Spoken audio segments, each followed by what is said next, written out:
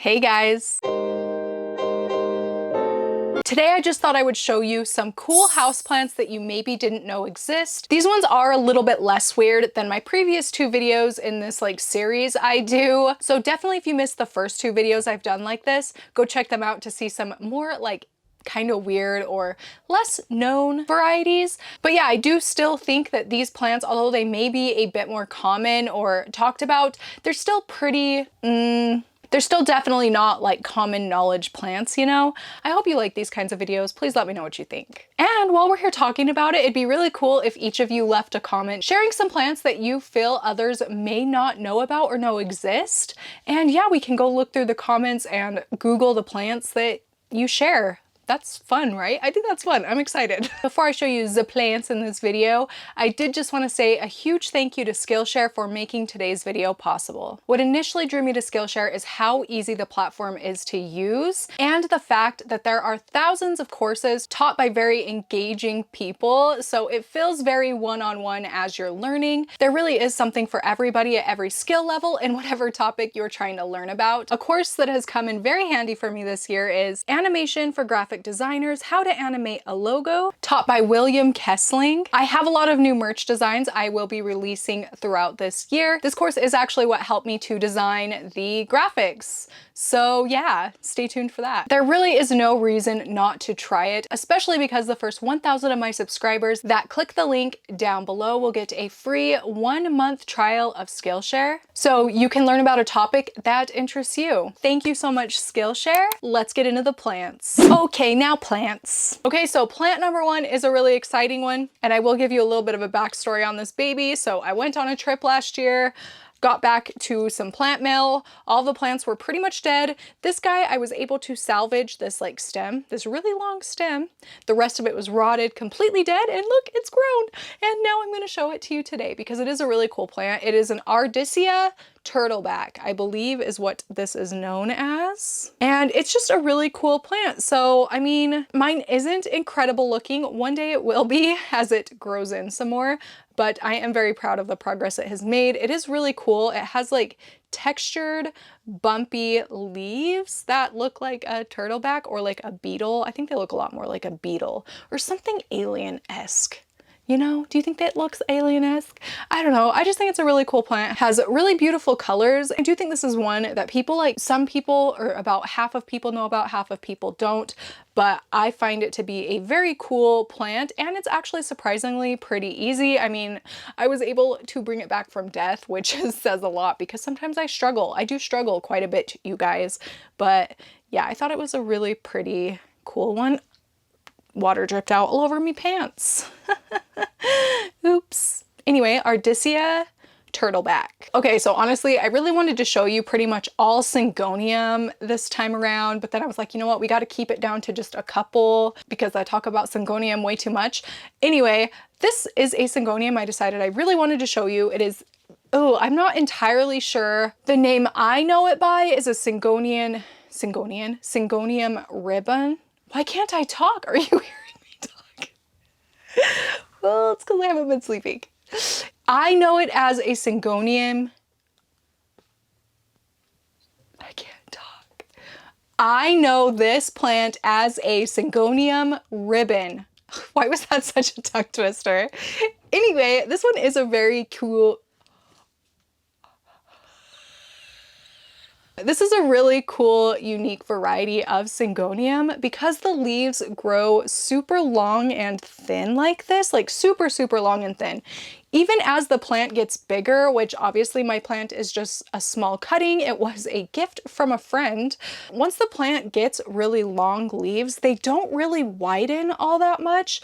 As you can see, they get this kind of thing down here with two little baby leaves coming off the sides. I know there's a word for that. I don't know the word for that, but they do get that still, but the actual main part of the leaf just continues growing longer and longer, but the same width, which I find really cool. If you can, Google this plant and see what a mature one looks like because they do look really cool. They're really beautiful.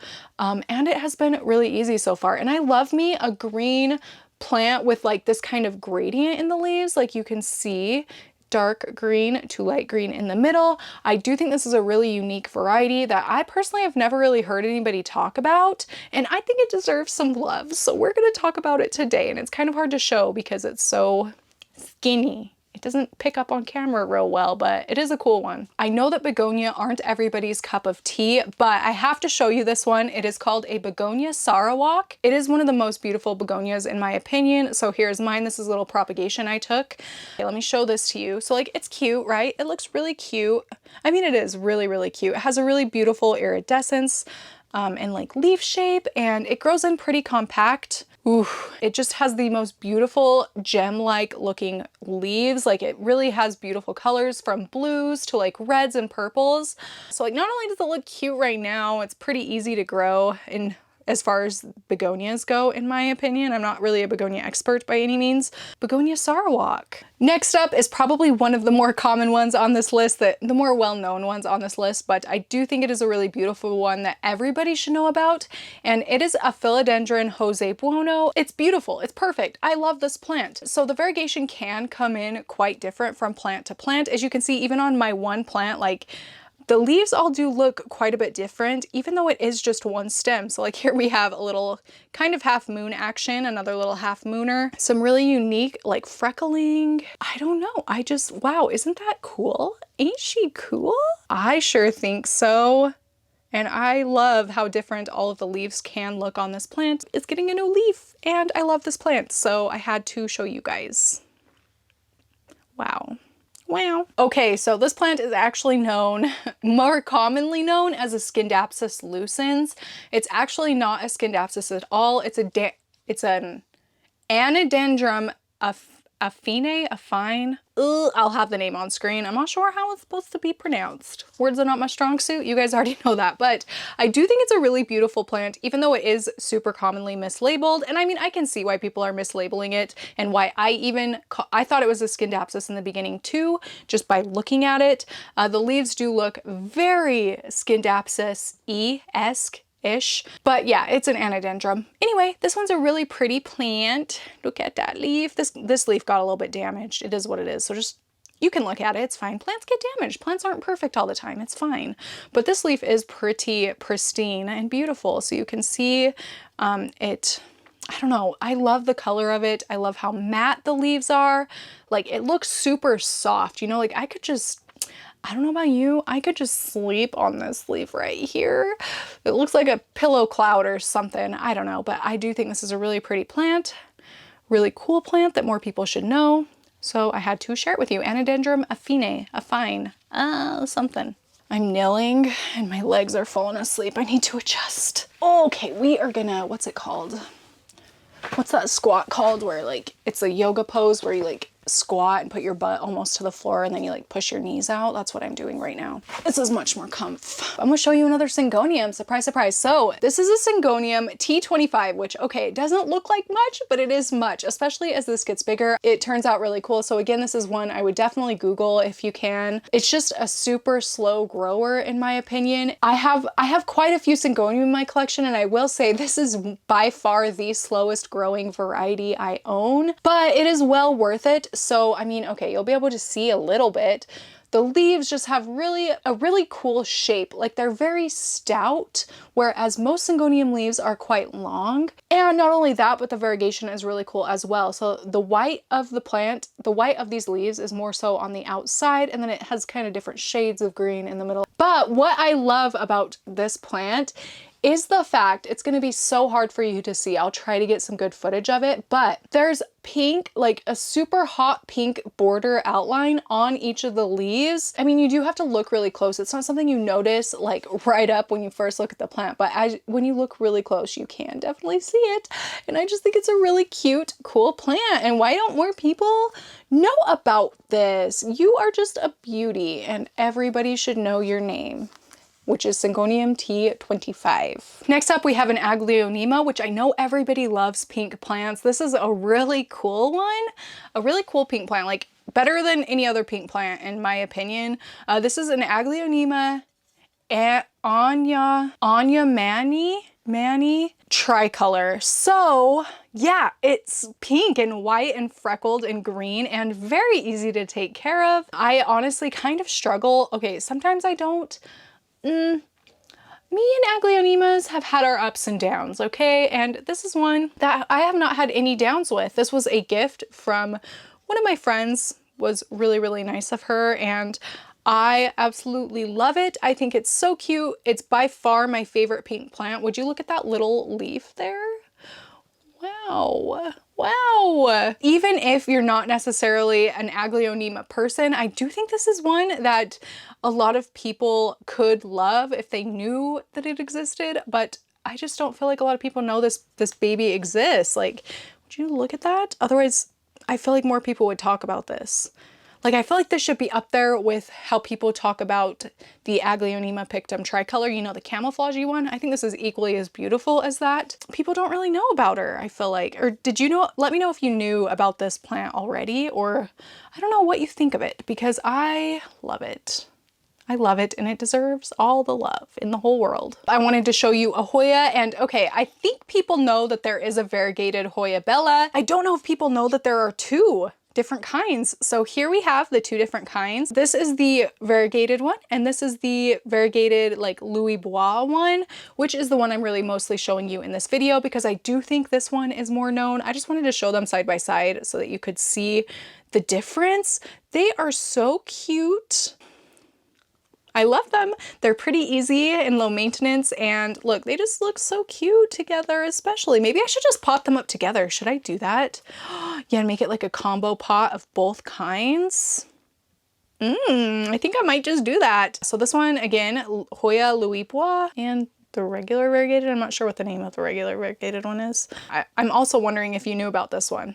Maybe you did. Probably everybody knows about all of these. I'm just way behind on the times. Like I have a plant YouTube channel and stuff, but I don't really know stuff. Like I'm so out of the loop. Okay, another cool one I wanted to show you is a Monstera species Peru, but variegated. So these are two little propagations I did by node, and they are quite cute. I think this is a really cool plant. I will say this is one that I think probably isn't so commonly known. Because it is very, very hard to get a hold of. They're just super elusive, honestly. So I'm sorry, they're hard to come by if you're looking to add this plant to your collection, but I definitely still wanted to show you them so you could keep your eyes open if you're a Monstera lover, and especially if you're somebody that loves the Monstera species Peru, like the regular green one. That has been one of my favorite plants forever. I think it's a really cool, unique plant that maybe not a lot of people know even exists. I will mention though, this plant is a little bit more difficult than the regular species Peru, and I know quite a few people struggle with the regular green one. So this one is a little bit more tough than the regular green one. So just keep that in mind. Just know it's going to be a little bit of a diva, or maybe it's just a diva to me, but it'll really like you. Who knows? I don't know. Variegated Monstera species Peru. So while we're on the Monstera spiel, I thought I would show you a mint variegated Monstera Adansonii. Ain't she pretty? I love her. I love this plant. I think it's really pretty and cool looking. This one is just more like splotchy and freckly and speckly. Like the variegation isn't as pronounced, which I actually really love marbled variegation and freckling and stuff more than even like stark spotting, or what's the word? I don't know what the word is, but when there's just like a white chunk, I prefer mottled variegation, which this has, and I think it is so lovely. And no, it's not mosaic virus. It's really cool, and I love this plant, so I had to show you. And it's easy. Speaking of, wow, I'm just kind of on a little train of thought here. Speaking of mottled variegation, this is a variegated Philodendron HEDERACEUM, variegated heartleaf philodendron, which again has the mottled variegation that I love. Would you look at that? Would you look at that variegation, that mottled variegation? This one is kind of sectoral, that's the word, sectoral variegation. When I'm talking chunks of it, I meant sectoral. My brain is not fast enough today. But I do think this is a really cool plant that maybe is not widely known. Maybe it is. Again, like I said, I might just be out of the loop. As I was looking through my prop bins, this caught my eye and I was like, you know what? Maybe a lot of people don't know about that one. And I love this plant. So I highly, if you're a philodendron lover, 10 out of 10 recommend.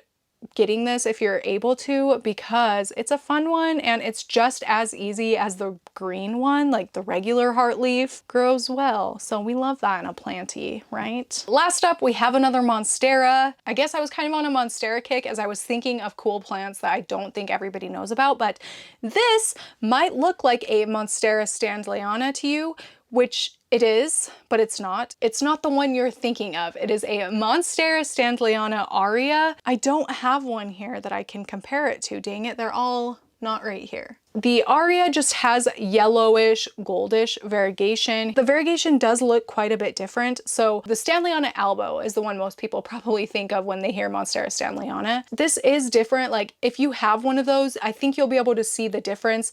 These just tend to have a lot more high amounts of variegation. Like every single one of these plants I've had and propagated definitely have more pronounced variegation. And like I said, it is not stark white. It's more yellowish goldish. I think you might be able to see on the underside of the leaves a little bit better.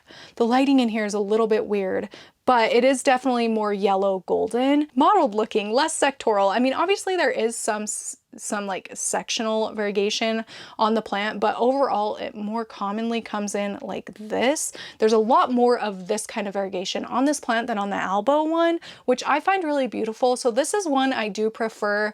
I do prefer the AUREA over the albo, which is why I feel like it deserves a little bit more love. It deserves to be known about. Again, I don't know if these are all plants everybody already knows about and this is like old news to a bunch of you or whatever. If it is, I'm so sorry. But let me know. Let me know if any of these were new to you. I'm really interested to know how far behind the times I am. Monstera Standleyana AUREA. Last one on the list. That is it for this video. Thank you so much for watching and I will see you in my next one.